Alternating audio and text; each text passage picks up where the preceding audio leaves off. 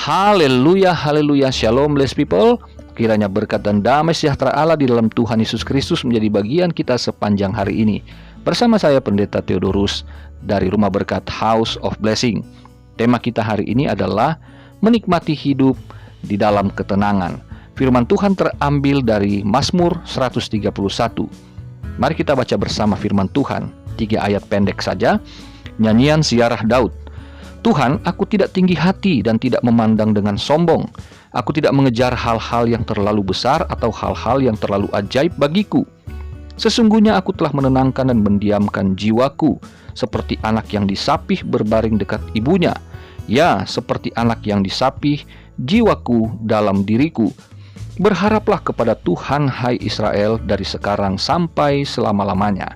Saudara yang terkasih dalam Tuhan, ini adalah nyanyian ziarah Daud, berarti Daud biasa juga melakukan ziarah ke Yerusalem untuk merayakan 3 hari raya utama bangsa Israel. Dan seperti yang pernah saya sampaikan bahwa kata ziarah itu sendiri artinya merefleksikan ulang. Jadi ini juga menjadi bahan refleksi kita untuk melihat kondisi hidup kita, khususnya jiwa kita. Apakah hidup kita mengalami pergolakan ataukah ketenangan hari-hari ini? Karena dalam jiwa ada pikiran, ada perasaan, dan ada kehendak. Disitulah bercokol segala sesuatu yang membuat kita senang atau kita merasakan kegalauan dalam hidup ini. Saudara, di ayat 1 ada 3 hal yang biasa dilakukan oleh manusia, tetapi ini yang ditolak oleh Daud, yang dia mengatakan kepada Tuhan dalam doa ini bahwa dia tidak melakukannya. Yang pertama tinggi hati, yang kedua sombong, yang ketiga adalah tidak mengejar hal-hal yang terlalu besar atau hal-hal yang terlalu ajaib bagi dia. Nah, saudara yang terkasih, ada banyak yang kita saksikan di berbagai media, ya, para selebriti, para tokoh-tokoh, ya, mereka yang menunjukkan eksistensi, tetapi sangat terlihat bahwa ada banyak orang yang ingin diakui sebagai orang yang berhasil, sebagai orang yang sukses, ya, seorang yang harus diakui mereka itu terkenal, kaya, berhasil, sehingga banyak orang yang ingin menjadi seperti mereka. Banyak orang yang terobsesi ingin sukses seperti mereka, hidupnya hebat seperti mereka. Tetapi kita juga harus melihat sisi yang lain bahwa ada banyak orang-orang seperti ini, para pengusaha kaya, selebritas, politisi, dan sebagainya. Mereka yang berada pada puncak karir, di mana tadinya mereka mengharap mereka ada di sana, tetapi kemudian ketika mereka mencapai segala sesuatunya, mencapai semuanya yang hebat ini, justru mereka adalah orang-orang yang merasa sendiri, frustasi, putus asa, dan tidak sedikit yang akhirnya bunuh diri. Saudaraku, bahwa untuk menjadi sukses bukanlah sesuatu yang tabu, tetapi kalau itu menjadi sebuah obsesi, bukan karena akibat dari kerja keras kita, bukanlah karena memang harus menjadi satu hal yang menjadi bagian kita karena kita telah melakukan segala sesuatunya berdasarkan prinsip-prinsip kehidupan yang benar. Karena ada banyak orang yang ingin mencapai tujuan itu dengan berbagai cara, dengan cara apapun. Pokoknya saya harus diakui orang sebagai orang yang berhasil. Akhirnya di sana kita melihat bagaimana masalah demi masalah datang dalam hidup mereka. Dan apalagi di zaman sekarang sangat terbuka media itu, justru sangat memalukan. Tetapi Daud di sini mengatakan dia tidak mau tinggi hati, dia tidak mau sombong, bahwa Daud memiliki segala sesuatunya. Dia punya kekuasaan yang luar biasa karena dia seorang raja atas Israel Raya. Dia seorang yang sangat kaya dan dia juga seorang yang sangat terkenal sejak masa mudanya. Tidak seorang pun di Israel yang tidak mengakui Daud sebagai raja yang terhebat sampai hari ini. Tetapi kemudian Daud mengatakan bahwa dia tidak mau seperti ini karena sesungguhnya Daud pun sebetulnya pernah terpleset. Ketika saudara ingat di dalam 2 Samuel pasal 24, dalam puncak karirnya ia justru jatuh ke dalam kesombongan ketika ia memerintahkan panglima perangnya Yoab untuk menghitung kekuatan pasukan Israel, dan itu dipandang jahat oleh Tuhan. Mengapa? Karena selama ini posisi Daud, apa yang dia miliki, bahkan kekuasaan keberhasilannya menaklukkan bangsa-bangsa ketika mereka berperang, semua karena kasih Allah atas Daud dan Israel, atas karunia-Nya yang melimpah atas Daud dan Israel itu. Jadi Daud merasa bahwa dia hebat, tetapi disitulah kemudian dia jatuh dan ia sadar dan dia bertobat lalu dipulihkan. Saudaraku, kalau kita ingat juga cerita tentang Adam dan Hawa di Taman Eden.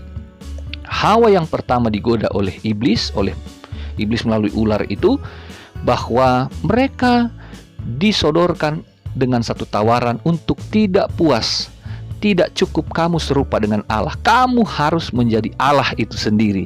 Dan akhirnya kita tahu bersama hasilnya, Adam dan Hawa justru kehilangan segala-galanya, termasuk puncaknya mereka terpisah dari Allah. Lucifer adalah malaikat yang termulia yang pernah ada di sorga.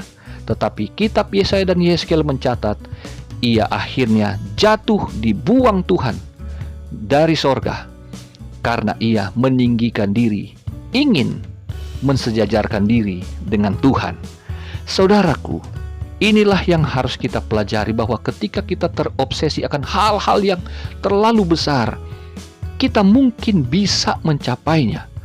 Tetapi apakah kemudian kita bisa bahagia? Kita bisa menikmatinya dalam kebahagiaan?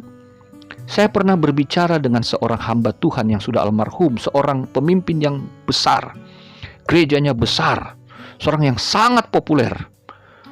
Dan beliau berkata kepada saya ketika saya bertanya, "Om, apa yang pernah membuat Om merasa gagal?"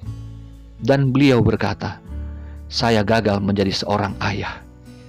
Saya terlalu sibuk untuk mendirikan gereja yang besar. Saya terlalu banyak menghabiskan waktu untuk pelayanan di luar, tapi saya melupakan pertumbuhan anak-anak saya. Saya terkejut ketika mereka sudah dewasa, dan saya kehilangan waktu-waktu yang indah bersama dengan mereka.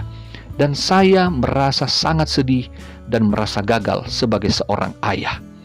Saudaraku, apa yang dikejar, apa yang kita hendak capai, itu sesungguhnya adalah dorongan dari jiwa yang akhirnya membuat tidak bahagia. Tetapi Daud kemudian mengalihkan perhatiannya di ayat 2. "Sesungguhnya aku telah menenangkan dan mendiamkan jiwaku, seperti anak yang disapih berbaring dekat ibunya. Ya, seperti anak yang disapih jiwaku dalam diriku."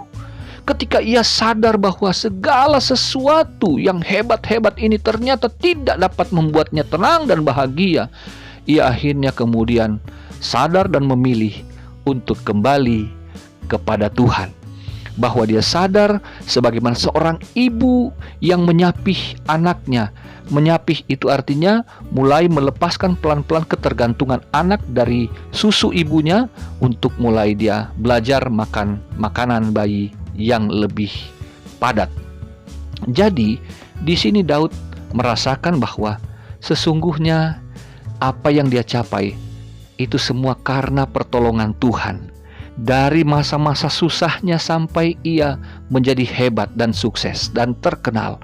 Dari masa muda sampai masa tuanya, ia menyadari semua karena bimbingan Tuhan, kasih sayang Tuhan, penyertaan dan pertolongan Tuhan di sepanjang hidupnya. Akhirnya ketika dia kembali ke posisi seperti seorang anak yang bersandar penuh kepada ibunya, ia bersandar penuh kepada Tuhan Allahnya, di sanalah ia mendapatkan kedamaian di dalam jiwanya. Dan akhirnya dia berkata, "Berharaplah kepada Tuhan, hai Israel, dari sekarang sampai selama-lamanya." Jadi dia mengajak kepada Israel yang dipimpinnya supaya jangan berharap kepada sesuatu yang hebat di luar Tuhan. apa yang diinginkan hatimu yang hebat-hebat, biarlah Tuhan yang membawa itu. Jika Tuhan yang menetapkan, biarlah melalui prosesnya Tuhan semuanya terjadi, bukan dengan cara dan waktu kita. Saudaraku, saya teringat akan seorang yang sangat rendah hati di Indonesia. Saya tidak tahu beliau Kristen apa tidak. Beliau adalah seorang yang terkaya di Indonesia menurut catatan Forbes Indonesia. Dikatakan bahwa Michael Bambang Hartono, bos besar grup Jarum dan Bank BCA, beliau dipergoki ternyata sering makan tahu pong di warung yang sederhana di daerah Semarang. Ketika banyak artis, orang-orang yang ngaku-ngaku kaya padahal nggak kaya, sok-sok kaya, yang kekayaannya jauh dibandingkan dengan pemilik BCA dan Jarum ini. Kekayaannya ratusan triliun, sementara yang sok-sok kaya nggak ada seujung kukunya dengan beliau. Itu biasa memperlihatkan kehidupan yang hedon, yang spektakuler, tetapi justru mereka akhirnya menjadi sorotan dan akhirnya mereka tidak bahagia karena hidup mereka dikuntiti terus oleh wartawan. Mereka dikejar oleh paparazzi, mereka terus dibayang-bayang, mereka tidak dapat menikmati hidup yang bebas. Tetapi justru orang terkaya di Indonesia dengan bebas berseliweran, orang banyak nggak kenal kalau nggak diposting oleh media. Siapa beliau yang cuma pakai kaos, pakai celana pendek, duduk makan tahu pong di Karangsaru, Semarang. Mereka nggak nyangka di warung sederhana itu ada seorang terkaya di Indonesia sedang menikmati kehidupan dengan hal yang sederhana. Bagaimana dengan saudara hari-hari ini?